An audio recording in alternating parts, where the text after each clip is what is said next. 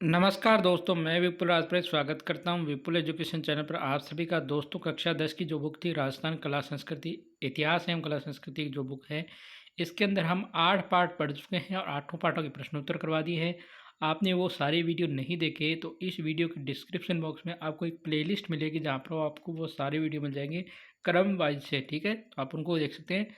आज हम जो है इसमें अब 3 पार्ट बचे हुए, 9वां 10वां 11वां, इन पाठों को मैं करवाऊँगा और करवाने के साथ ही इनके प्रश्नोत्तर भी करवाऊँगा। तो आज 9वें पार्ट का पहला वीडियो है। क्योंकि 9वां 10वां 11वां पार्ट तीनों पार्ट थोड़े बड़े हैं, इसलिए 1-2 पार्टों में ये वीडियो हो सकते हैं। ठीक है, तो चलिए पहला पार्ट आज देखते हैं। पाठ का नाम है राजस्थानी भाषा और साहित्य, यानी हमारे जो राजस्थान की भाषा है और साहित्य ये कैसा है। सबसे पहले राजस्थानी भाषा और बोलियाँ। राजस्थानी भाषा से तात्पर्य है राजस्थान के लोगों की मातृभाषा। मातृभाषा मतलब जो हम बोलते हैं ना पढ़ाई कर, हमारी जो भाषा है, ये राजस्थानी भाषा हमारी भाषा है। इसमें जो हम बोलते हैं इसी को राजस्थानी कहते हैं। बोलियाँ अलग अलग है इसमें, लेकिन ये पूरी भाषा राजस्थानी है। राजस्थानी भाषा के इतिहास पर दृष्टि डालने से पता चलता है कि विक्रम संवत 835 और 913 ईस्वी में उदोतन सूरी द्वारा लिखित क्वल्यमाला में वर्णित 18 देशी भाषाओं में मरु भाषा को भी शामिल किया गया। यानी आपको ध्यान रखना है कि क्वल्यमाला जो ग्रंथ है, इसकी रचनाकार कौन है? उदोतन सूरी। कब लिखी गई थी? तो विक्रम संवत 835 है, और वैसे जो ईस्वी सन है वो 913 है। इसमें कितनी भाषाओं का? 18 देशी भाषाओं का वर्णन किया, उसमें मरु भाषा शामिल किया गया है जो पश्चिमी राजस्थान की भाषा थी। यानी जो मरु भाषा है ये कहाँ की थी? पश्चिमी राजस्थान की भाषा थी, उसको शामिल किया गया है इतिहास की दृष्टि से हम देखें तो।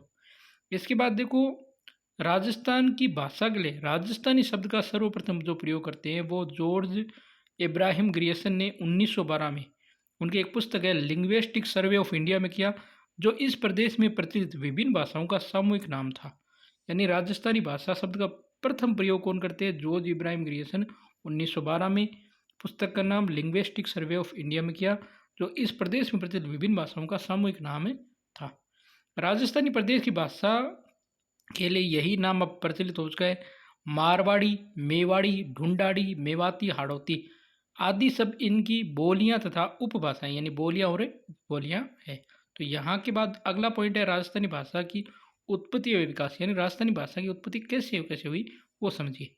देखो, राजस्थानी भाषा पर 10वीं सदी तक पश्चिमी भारत के क्षेत्र में बोली जाने वाली अपभ्रंश का प्रभाव रहा। यानी राजस्थान में 10वीं सदी तक क्या रहा? पश्चिमी भारत में जो अपभ्रंश बोली बोली जाती है उसका प्रभाव रहा। हालांकि राजस्थान का उद्भव लगभग ईसा की 11वीं-12वीं शताब्दी से माना जाता है। यानी ये राजस्थानी जो भाषा है इसका उद्भव कब माना जाता है? ईसा की 11वीं-12वीं शताब्दी से माना जाता है। परंतु 16वीं सदी के बाद राजस्थानी भाषा एक स्वतंत्र भाषा के रूप में विकास होने लगा। लेकिन 16वीं जो शताब्दी है ना, उसके बाद राजस्थानी भाषा का एक स्वतंत्र भाषा के रूप में विकास होने लगा। देखो, 10वीं शताब्दी तक तो क्या थी? अपभ्रंश के रूप में थी। 11वीं-12वीं शताब्दी में इसकी शुरुआत माना जाती है, और 16वीं शताब्दी में एक स्वतंत्र भाषा के रूप में होने लगी। राजस्थानी भाषा के विकास क्रम में यह कहा जा सकता है कि समस्त भारतीय भाषाओं की जननी कौन है? वैदिक संस्कृत रही है। ठीक है, जो अपनी जटिलता के कारण लौकिक संस्कृत में परिवर्तित हुई। यानी पहले थी वैदिक संस्कृत। ठीक है, वैदिक संस्कृत, और वैदिक संस्कृत से वो क्या बनी? लौकिक संस्कृत। क्या बनी? लौकिक संस्कृत। ठीक है, लौकिक संस्कृत बनी। संस्कृत में जब दुरूहता आने लगी, यानी कठिनाई आने लगी, दुरूहता का मतलब कठिनाई आने लगी, तो उसका स्थान लिया पाली ने। यानी पहले क्या थी? ये है वैदिक संस्कृत। वैदिक संस्कृत से लौकिक संस्कृत, और लौकिक संस्कृत से क्या आ गई? पाली भाषा। ठीक है, पाली भी जब लोक से अलग होने लगी, यानी अलग होने लगी, तो उसका स्थान लिया प्राकृत ने। फिर आई प्राकृत भाषा।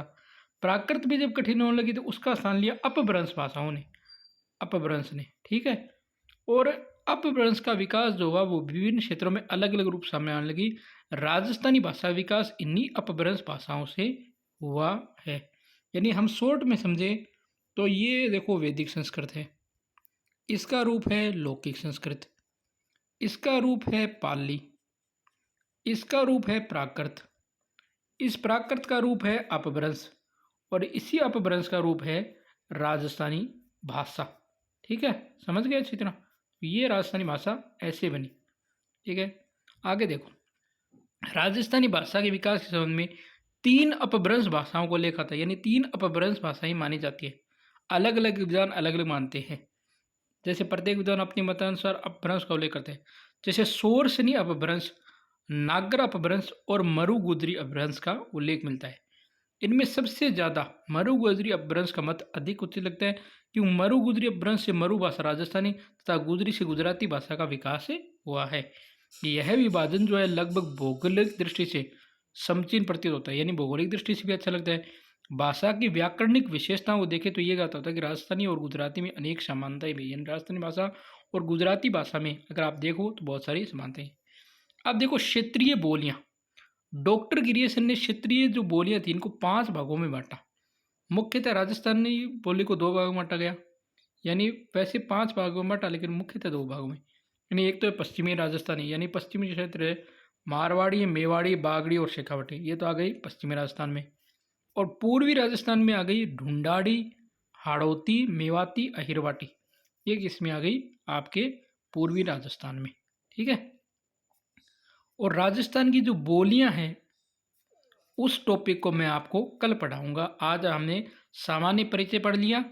सामान्य परिचय में हमने सबसे पहले देखा कि भाई राजस्थानी भाषा का ऐतिहासिक जो है वो विवरण देखा। तो ऐतिहासिक विवरण में एक तो आपको उद्योतन सूर्य की कवल्यमाला में 18 देशी भाषाओं का वर्णन मिलता है, और वो पुस्तक 835 विक्रम संवत और 1913 ईस्वी की है। उसके बाद जोज इब्राहिम ग्रियर्सन ने राजस्थानी भाषा शब्द का प्रयोग किया 1912 में लिंग्विस्टिक सर्वे ऑफ इंडिया में। उसके बाद हमने देखा 10वीं शताब्दी तक इस पर अपभ्रंश का प्रभाव था। 11वीं शताब्दी से इसका उद्भव माना जाता है। 16वीं स्वतंत्र भाषा बनी। कैसे बनी? लौकिक संस्कृत, वैदिक संस्कृत, लौकिक संस्कृत, फिर पाली, प्राकृत, अपभ्रंश और राजस्थानी।